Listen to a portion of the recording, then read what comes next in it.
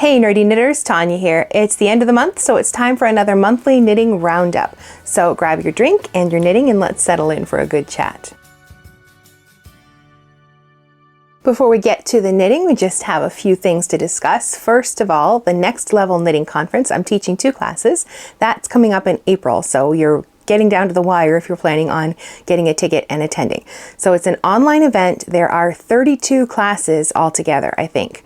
And there's other events going on as well. I think there's like a fashion show and prizes and all sorts of things going on during the course of the event. And it is April 19th through the 21st. That's a Friday through a Sunday.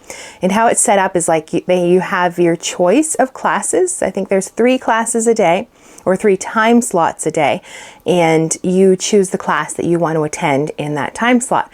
But you can still attend all of the other classes as well. You get 6 months access to all of the courses and classes that are taught, so you can go back and watch or re-watch whatever you want to watch again.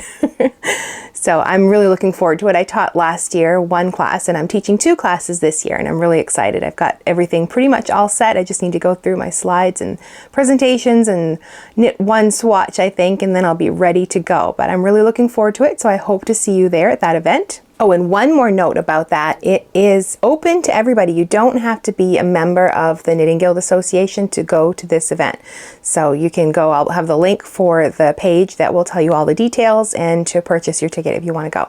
Can't remember how much tickets are. I know they're upwards of $100, but it's 32 classes. So when you work it out, like divide it by the number of classes, it really works out to be pretty inexpensive, I think, for a big event like this. So I'll have all the information about that. Well, a link to the website so you can check out all the information over on the website, but you don't have to be a member of the Knitting Guild to attend this event. Things are warming up here. Our winter is melting away. It actually melted fairly quickly, but then it turned cold a bit, but you're not here to talk about the weather. But I thought it felt like a good time to change things up just a little bit. Now, I'm still going to go through all of the projects I've finished and I'm working on and everything that's going on.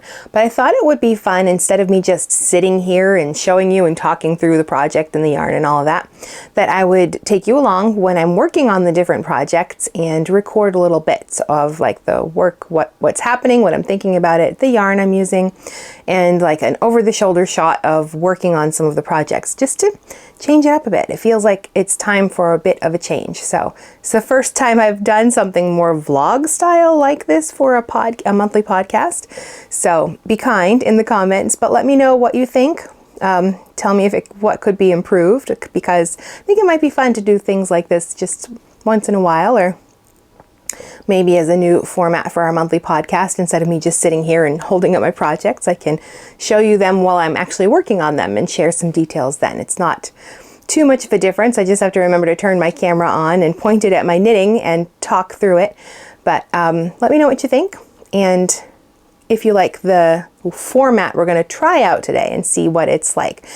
But that's it for announcements, and we have a fabulous giveaway. I'm really excited about that, but that is going to be at the end. I'll be back here talking to you about that. But for the rest of the video, I think I'm just going to show you clips of the projects as I worked on them. Over the past month, I turned my camera on and captured little bits.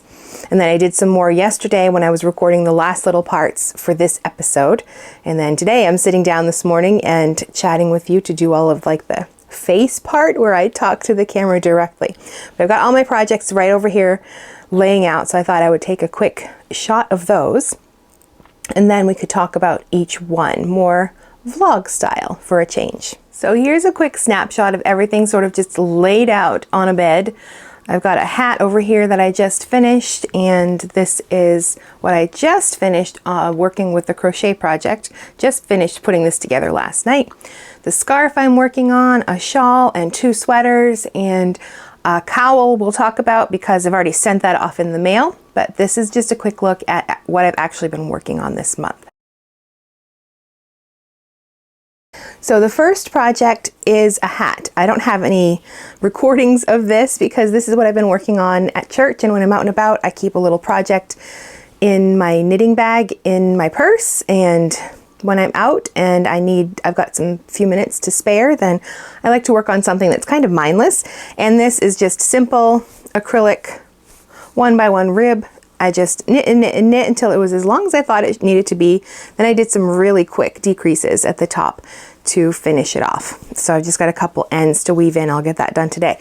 I'm getting a head start on my pile of donation knitting. Like I've got a bag of acrylic yarn and lots of leftover things and yarn that's given to me that I don't really have any purpose for. So I stick it in this bag right down here, and I use that for like if I have to do a quick swatch for a demonstration, or if I'm teaching something and swatching like that, or if there's enough then for a whole project. A lot of little hats and mittens and things like that. So I'm getting a head start on the donation box for next winter, since it's the end of winter now. And I've already given away everything I knit that was for donations last year, and figured I'm going to start a new pile now and get working on that. So this is the first thing that will go in there. It's just, I think I did the alternate cable cast on because I really like that when I don't want to do like a tubular cast on, like all of the steps involved to do like a real good tubular, you know, where you're slipping stitches to get that tubular edge. Then I just use the alternate cable cast on.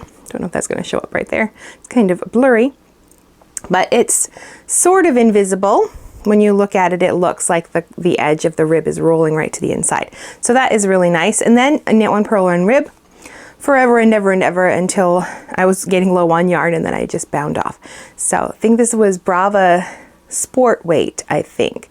This is leftover yarn. I had knit my daughter a cardigan quite a while ago, and I still had some yarn left, so I'm just working my way through that. I think I still have another skein actually to use of that one. So maybe I'll make matching mittens and have like a set for that. But that is the first finished project. And I just sent off a project, well, a couple of weeks ago now. I wanted to make sure it was there in plenty of time. A cowl that is knit flat with, it's just knit 2 purl 2 rib with an I-cord edge and some cables in there, and then afterthought buttonholes. So I had finished actually knitting the cowl in the last episode, but I had to add the buttons and the buttonholes. So I recorded doing that process. So I'll put some of that here so you can see how that went. And now I still have to write the article that goes along with that. And I've got my swatches knit so I can demonstrate. I'm just showing how to do 3 different types of buttonholes. I only used one in the cowl itself, but I've got 3 different ones to demonstrate in that article, and that'll be coming out in the next issue of Cast On magazine, I think in a couple months. I'm at my desk right now because I've got really good task lighting right here. So I'm going to get these buttons added on. I haven't yet decided if I want to do 3 or 4. My original plan was 3, so it would look like that, but I'm kind of thinking 4 might be good. So don't know yet. I will have to make that decision pretty soon though, so I can get these on here.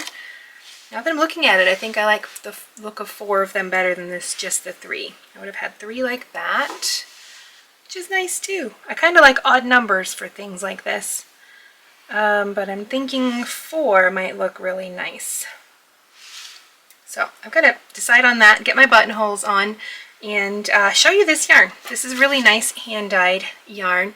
It's from Biscotte Yarns. It's the Louise Robert collection. This yarn is called Merino Worsted, so it's 100% superwash merino. It's 3-ply. It's got like a really nice bounce to it, really nice on the hands as you're knitting, and you can see from the texture here that the stitches look really good.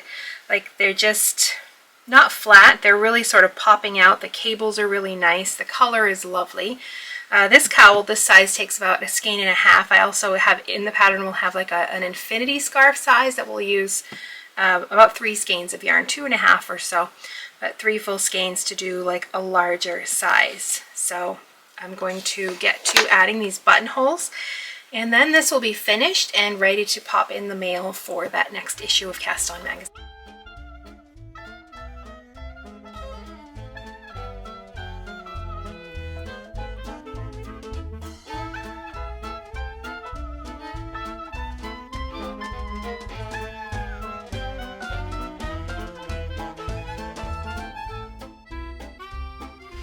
I have 2 buttons added so far, and I just wanted to stop and see how they look on here. You can see my buttonholes are on there.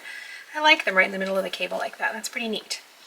And I tried to put them in the same spot on the buttons and on the buttonholes so they would overlap. And of course, I mean, it's not very seamless. You can see a seam here. But so now my next decision, I've got to decide how many more buttons. I could do one. I don't know. My other option, I've got another one here. I like to do an odd number, but 5 would be way too many. But 3 looks good, but I feel like they're on the small side, so it might be better to have 4.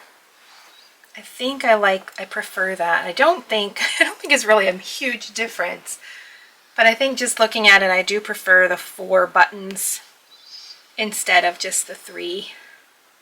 I don't know. What do you think? I mean, it's going to be done by the time you weigh in, but it's nice to know how other people feel about these things too. And I'm thinking that, well, I think 4 though, because of the size. If they were a little bit bigger, like these are 7/8 inch, I think if they were about an inch or a little larger, then 3 would be fine. But they feel a little on the small side. So I think I'm going to go with the 4. I really do like the color. It blends in well with that yarn. I picked out some good buttons.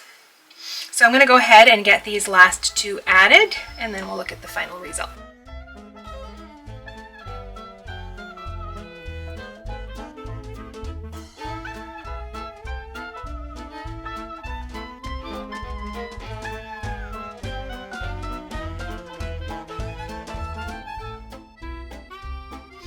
There we go, the last one's added. There's my 4 buttons and my 4 corresponding buttonholes that I added afterwards. So of course you want to test your buttonholes before you get them all finished, because if they're too tight you can enlarge them more if you need to. But you do want them to be pretty firm so your buttons aren't slipping out the other way.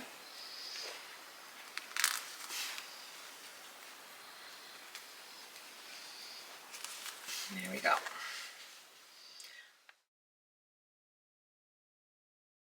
Next is the Twilight Realm Scarf by Genevieve Legier, and I'm actually really pleased with how much I finished. I sat down and looked at the chart. There are 5 charts altogether and 100 rows on each, so that's 500 rows.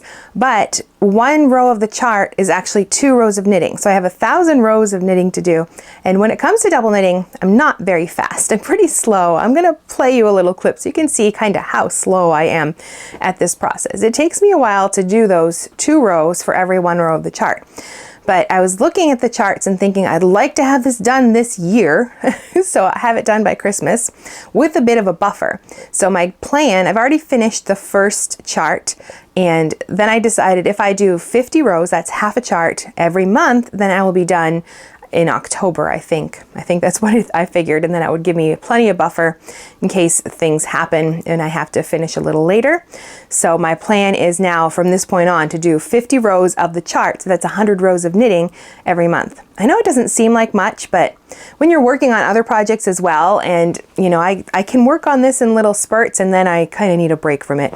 So my plan, yes, is 50 rows a month, and if I don't get to it like at the beginning of the month and start working through that, then I figure if I can do 2 rows a day, then that'll get me to the end of the month.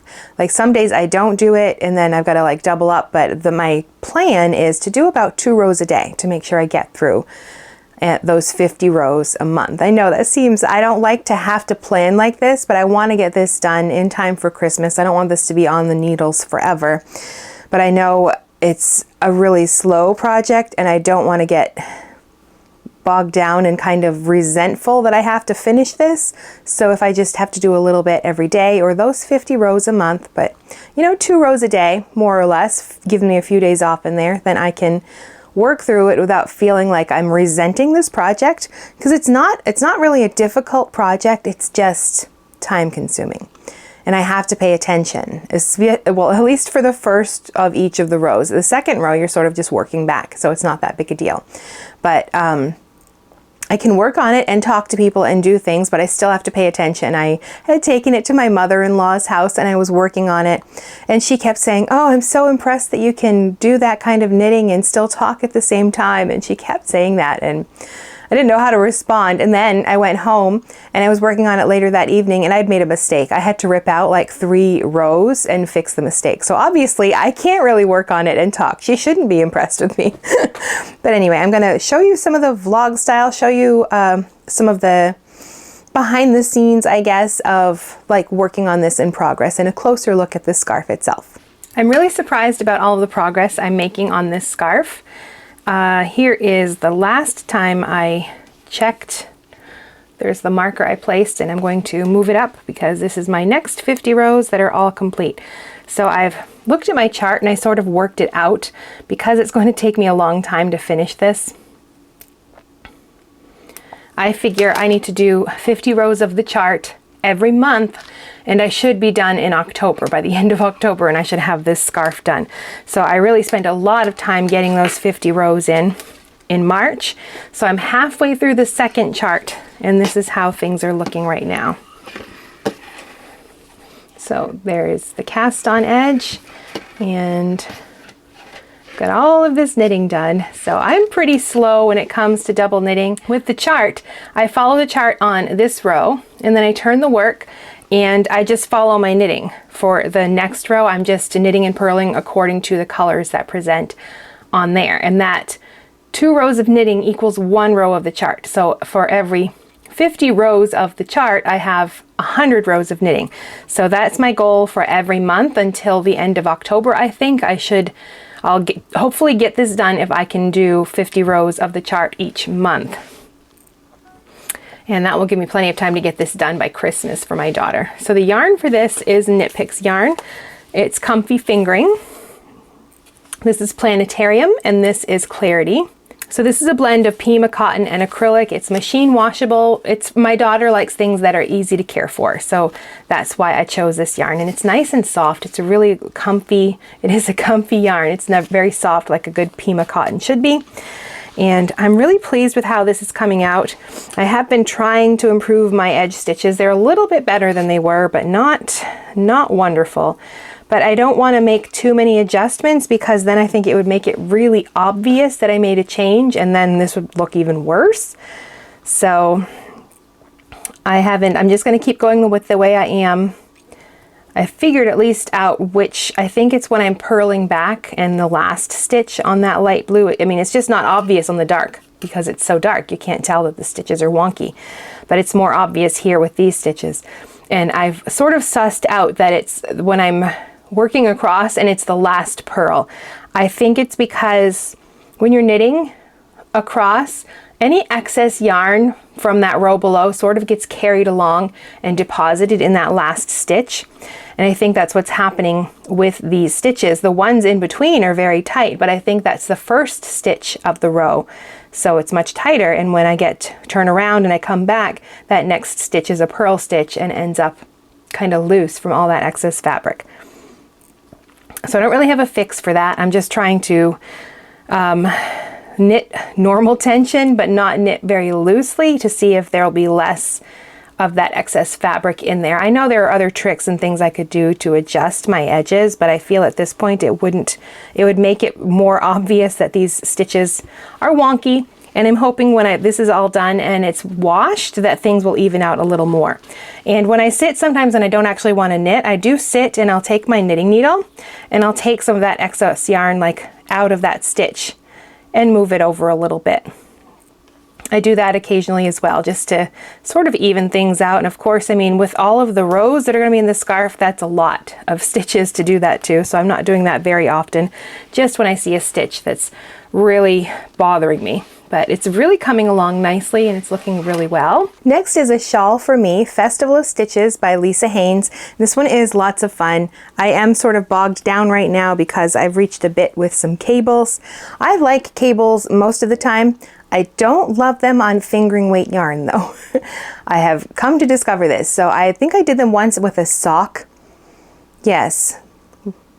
Was it like, there was a cable sock pattern that I did and did not enjoy that process. Those teeny tiny cables, and you lose a stitch and you've got to find it, and if the yarn is splitty, that it's even worse. So yes, I like cables on DK, sport weight, worsted weight, bigger yarn. I don't like them on like fingering sock weight yarn. But anyway, so let's go take a closer look at this shawl. So here's my Festival of Stitches. So the yarn for this is 2 different yarns. I'm using Stroll fingering weight from Knit Picks, in these two colors, Vibrant Violet and Sapphire Heather, very bright pink. And this is a blend of 75% superwash merino and 25% nylon. Now I love this yarn for shawls when you want color. Don't really love it for socks. It's a bit splitty and I find it too soft. I'm really hard wearing on my socks, so I don't love this for that. But I like it for stuff like this, for shawls and things, because it's very soft yarn. And I needed another color, so sort of like a neutral to go with it. And I had an extra skein of this. I ordered a 10 pack to dye some yarn for some shawls. So this is Capretta fingering in the Bear colorway. Obviously there's no color. So this is 80% superwash wool and 10% cashmere and 10% nylon. And that cashmere sort of gives it like a little fuzzy halo. It's very soft and lovely to work with. So I wanted to lay it out so you could kind of see what it looks like. It's hard to get it all in here at once.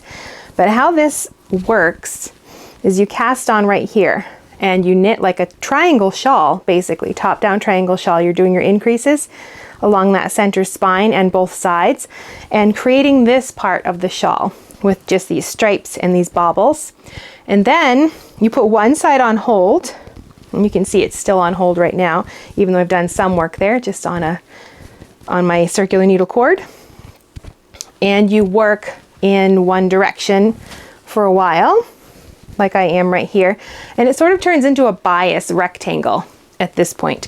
You start with that top-down shawl or top-down triangle, and then you start working in one direction and then the other. And I like how she alternates. We did a little bit of lace and a little bit of mosaic, then repeated that on the other side. And now we're on the next section, which is a little bit of cables. So this bias rectangle, you're still continuing that increase along the top edge, but now you're decreasing on this side. So the stitch count stays the same, and it creates sort of like this bias effect where the knitting looks like it's turning on its side. And I love the design. I think that's really clever, using this top-down triangle shawl and then working into a bias shape from both sides, and all the different stitch patterns. The stitch patterns are really fun. The minute you start to get a little bored with one, you're switching to another. I do have to say I'm not loving this one, but that is because while I love a good cable, and I really like cables, and there's a lot in this one, I don't love cables on fingering weight yarn. Just not a fan. So I am pushing my way through to get this part done and get on to the next stitch pattern, but I'll have to do this again on the other side of the shawl. But that's all right. I'm really liking the colors. I'm liking all the different stitch patterns. I think it's a really clever shape, combining those two different shawl shapes like this and getting all these textures and colors. And I'm pleased with this color combination. It's going to be nice and bright. I wanted something colorful to wear with my winter coat, or I might swap it out and leave it. I keep one on my office chair when I'm working in case it gets a little chilly. And it's coming right along, looking good. Really pleased with how this looks. Just not loving the cables. So hopefully by the time I get back to this in the end of next month, I'll have finished those cables and moved on to something else in this pattern. The next thing is the first of two sweater patterns for me, the Auchnaha by Kate Davies. And this has been a really relaxing knit up to this point. I'll show you more in a second, but I'm kind of breaking my own rules here. I've realized I like to have a few rules about knitting. Like I can have one crochet project, I can have one sock, can't start another one until I finish the first pair. Same with shawls. I like to knit shawls. They're just relaxing, fun way to try new stitches. I don't really have to worry about my gauge too much, but one shawl at a time. And same with garments. That's usually my rule, is I can only do one garment at a time, but I'm breaking that because one of them is personal, so it's for me, and I want it done for spring because, I mean, it's still sort of like cardigan weather. It's not super warm yet, so I don't need like a full-on winter coat, but a nice cardigan is nice. And the other one is for the class I'm teaching, so I kind of have to do two sweaters, so I'm breaking my own rules. But anyway, I'm going to go to the overhead and you can see more about this sweater that I'm working on. So this pile of knitting is a cardigan. This is using Knit Picks Gloss in their DK weight in the colorway Everglade. So I think this is a blend of merino wool and silk, 70% merino, 30% silk, and it does have a really nice shine. You can see it on there. That silk gives it a really lovely shine. So I'm making really good progress with this project as well.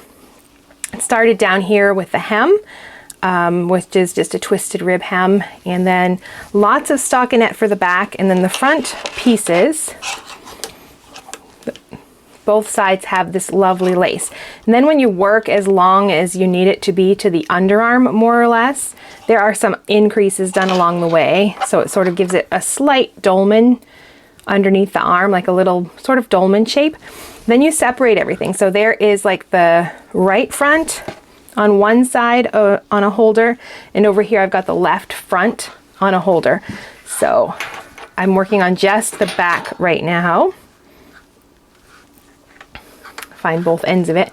So there's my needles right there. So this is just working back and forth across the back of the sweater. So from the underarm up to the neckline, I'll be doing some shoulder shaping and finishing that. So that's really coming along. There's not really a ton to show. It's just plain stockinette right now. The fronts are on holders because those are worked later. So right now it's just a lot of stockinette, which I'm making good progress. I think I have like about 7 inches to go, and I'm probably about halfway. That looks like maybe 3 inches. So about 4 more inches of stockinette, and I'll be able to do my shoulder shaping, and then I'll be working on the fronts of this as well. It's been a really interesting knit. It's not difficult at all. Just twisted rib at the bottom, and then like a pretty lace panel. Nothing particularly difficult about it. And it's just worked across part of the front. And the edges along the front are just a little slip stitch edge, so it's nicely finished all the way along as you're going. So it's all worked in one piece all the way to the other side and the left side. So that part's simple, and then you knit so long, and then you do a couple of increases, and now it's just working on the back. So not much else to show with this. So speaking of that other sweater that I'm working on, it's the Love Note by Tin Can Knits, and it's coming along really nicely. I had hoped to have it done by this video, but I don't, obviously. So you can still see I'm working on it here. I had hoped to have this done by the end of this month, but sadly I am not there, but it's working pretty quickly. I'm working right along. I'm on a sleeve right now, as you can see here. The body is done. I bound it off, but I think it might be a bit short, but I wanted to finish my sleeves and the neckline first and see how much yarn I had left. Then I might, depending on what I've got left, if I have enough, I might unpick the ribbing and add a couple more inches, but we'll see about that. I wanted to make sure I had enough for I wanted like bracelet length sleeves with this, and it's supposed to be cropped, and I wanted it short to wear with like summer sweaters and stuff, so I can sort of transition. This is a good time to have a transition sweater, so I'd like to get this done soon so I can wear it. So one sleeve is in progress. The other one is still on a cord over here waiting to be finished, and then also the neckline is on another cord, so I have to pick up stitches, not pick them up, they're already, the provisional stitches are already on a cord, just have to put my needles on there. I'm going to add some short row shaping for the back neck. I'm not going to add any more depth to the neck. I really like the way it fits at this point, but it's coming right along. So I'm using 2 yarns held together, which I've never done before. This is new for me. I know it's super popular and everybody does it, but I'm not one for trends very much. But I'm finally getting on the trend wagon, I guess. So you can see how these 2 colors together make this sort of cotton candy-like color. So this is a Loft from Knit Picks. This is their blend of Super Kid Mohair and Silk in blush, and then this is just Hawthorn fingering weight yarn, also from Knit Picks. So it's a speckled yarn, trying to show it so it doesn't really blow out. The white background sort of blows out a bit. So this is Cobbler Speckle, and it does look like some sort of berry cobbler. There's like some dark pinks in here and lighter pinks and dark blueberry type colors, and I like how it is working up held together. Just that slight speckle you can see in there and gives it that light pink shade. So it's really coming along. Hopefully by next episode this should be finished. Last is my crochet project, the Lily Pond Blanket by Janie Crow. So this is my second Janie Crow project. I did her fruit garden blanket, I think it was called. That was a gift for my mother-in-law. That was a big project last year, the first big crochet project I've ever done beyond like little swatches and blanket squares. So that was really nice, and I was ready to do another one for myself. I wanted to have one. I have a chair right here, and I wanted to have that to sit on the chair, and I wanted something nice and colorful. So I've been working on that. I had not done any of that at all this month until yesterday when I was pulling everything out to record this episode. So yesterday I figured, okay, I've got to at least finish. I was partway through I realized, I think I said it was the 4th motif, but it's actually the 5th, I think. I was partway through. I only had the border to finish on one of them, and I figure, okay, let's get that done at least. So that's what I worked on yesterday afternoon. So I'll show you a clip of that.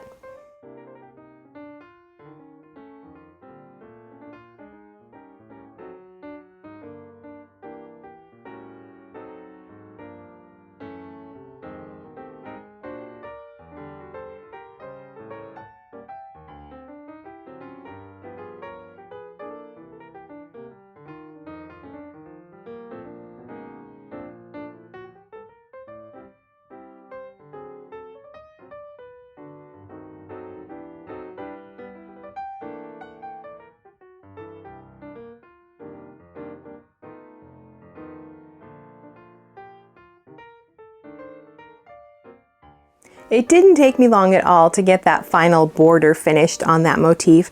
So then I was ready to like do the actual next step, which she has you joining things as you go. Instead of saving all the pieces for the end and sewing them up then, you start working on it as you have enough of the pieces finished. So I had enough finished for this, so I was able to do this part. So you can still see I've got a lot to do here. There's something that has to go in the middle, and I've already finished some of the border pieces because this was, I think, the 5th motif. So I'm really pleased. I really like the colors. It's nice and bright, and I think it'll just look really nice like for a backdrop when I'm sitting in my chair and recording. Today I'm sitting on a stool. I'm up a little higher just for something different. I just feel like I needed to do something a little different with recording. So we'll see how it goes and try it out anyway. So this is coming right along. I was actually able to get a little bit done. So I finished that one border, which you just saw, and then last night I sewed up those pieces, and oh my word, I can't tell you like how many times I had started it and then I accidentally was seaming two sides that were not supposed to go together, and then I got like most of it done and I was doing like the blocks in between to join these two pieces and realized, I think it was this one right here, I had put it in wrong side up, so I had to take it out on both sides and flip it around and redo that. And finally, I should double check and make sure, but everything looks like it's right side out this time. So this part is all done and I'm ready to move on to step 6, the motif 6. So that is like another block piece, not a square piece, but more of like a rectangle. And I think that goes another piece that'll go around the border on the outside. So it's coming right along, and hopefully I will take more time to work on it this month than I did, or this month coming than I did for this past month. Now, this book by Elizabeth Zimmermann is not very big. It's pretty short, actually, not a very thick book, but the basics in here are just so good and so well written. She writes in a very conversational style. It's very chatty, just like she's sitting there and sharing a cup of tea or coffee with you. Here are the chapters you'll find. Sort of an introduction, and then chapter 2 on gauge. I know we talk about gauge, knitters always talk about gauge, but this is definitely worth a read. And gauge is important, especially if you want to knit a sweater from your own measurements. You can take your gauge measurements and knit a sweater. And then she's got a couple chapters here on patterns, like, well, just sweater patterns and how she works through the process, and you just read that and you walk through it and you can really see how sweater construction is done. And there's lots of other information in here along the way as well. There's lots of great little tips. This section on phony seams is really good. You'll find lots of black line drawings like this as well throughout the book. There are some photographs, just black and white photographs as well, but lots of drawings like that. Just wonderful little tips, just hidden gems hidden inside this book, like the phony seams and the pockets. And she's got a section here on some buttonholes. I was just using this myself because I'm working on an article about buttonholes and referencing this for her afterthought buttonhole, where you don't have to choose where to place your buttonholes right away. You can decide to place them after. And with her method, you're actually cutting into your knitting and using a sewn bind off to sew around that edge. But just so many really good things in this book. And I feel like you can really get to know her as a person because of the way she writes is just so chatty and conversational.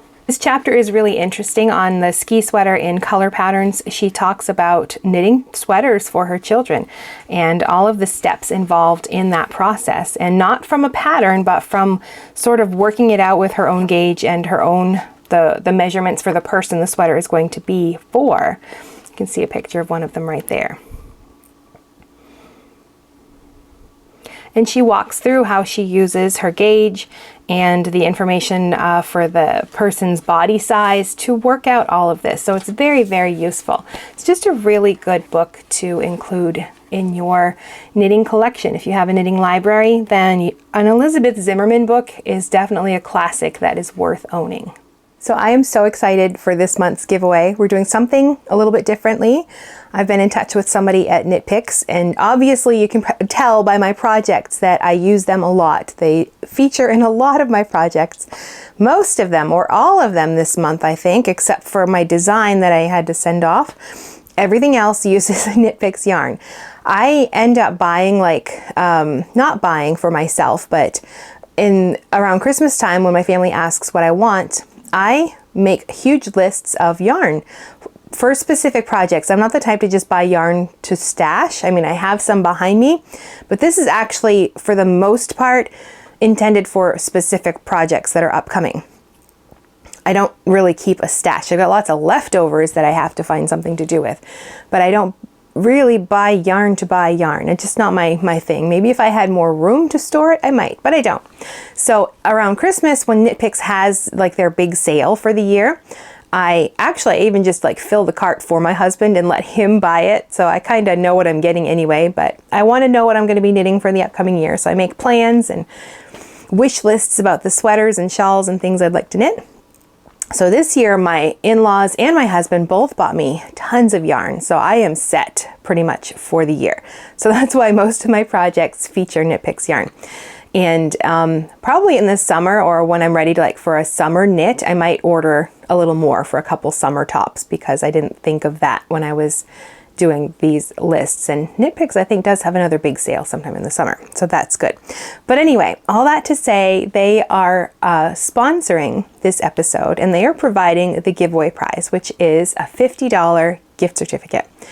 So I'm really happy to do something like that. Usually our gifts are, well, they're always under that $50 mark. Generally, sometimes a little more, depending on what we get from different sponsors or whatever I purchase. But I'm really pleased. So this gift card, I just want to check my notes and make sure I don't forget anything. It's a $50 Knit Picks gift card. So you don't have to send me your mailing address this time. I just need your email address, and I send that to them, and they will forward you this electronic gift card, and you can spend it on the Knit Picks website. Now, I do have a note to add here. It's going to be open worldwide, but Knit Picks only ships to the United States, to Canada, to the UK, and to Australia. So if you can't get it shipped to one of those locations, then it's best not to enter this giveaway. This one is specifically for people, even if you don't live in one of those places, if you know somebody there and you can get it shipped to them, then that would be just fine. But otherwise, it's kind of useless for you. So if you live in the United States, in Canada, in the UK, or in Australia, then this is open to you. So to enter this giveaway, just answer one question for me. If you've used Knit Picks yarn, what's your favorite yarn that you've actually tried from them? Or if you haven't used it, what is a yarn that you would love to give a try? And that's all you have to do to enter the giveaway. So the rules and conditions giveaway is open until next Wednesday, April 3rd, where I will then choose I will use a random comment generator to choose one of those comments that answers this question, and then I will reply to your comment telling you to email me with your email address where you'd like to receive this gift certificate. No mailing required this time. And it's open worldwide, like I said, but it will only ship the gift card. Well, you can get it electronically, but when you order from Knit Picks, they only ship to those 4 locations. And another note, when I reply to your comment, you have 48 hours. I can't just keep leaving this open, so you get a 2-day cutoff. If I don't hear from you within that time period, I have to choose somebody else. So I'll go back to that random comment generator and choose another winner. So make sure you have your notifications turned on so you know when somebody replies to your comment. So for the fine print, YouTube is not sponsoring this giveaway in any way. This is just myself, and KnitPicks is the sponsor of the giveaway. YouTube has nothing to do with it, and you will find all of like the fine print. I have to like write out all the rules. You'll find them down in the video description box. I was about to close this episode, and I had my notes on my phone, and I went to toss it onto my bed and it just fell on the floor. Thankfully it's in a case, so it's fine, but it can sit there for a second while we wrap this up. I hope you enjoyed this episode of the podcast and the slight change that we had, so I would love to hear what you thought about this format, if you think it works or if you think it needs improvement, which it probably does since this is the first time I've ever done anything like this. But just let me know what you think. I thought it would be nice to have a little change. But that's it for this episode. Leave your comment to enter that giveaway if you want, and tell me what you are knitting this week. And I think that's it. So if you're new here and this is your first podcast episode, you'll find a playlist with other past episodes from this year. But if you've been around a while, I'll put another video here that YouTube recommends that you might have missed, and I will see you in that next video.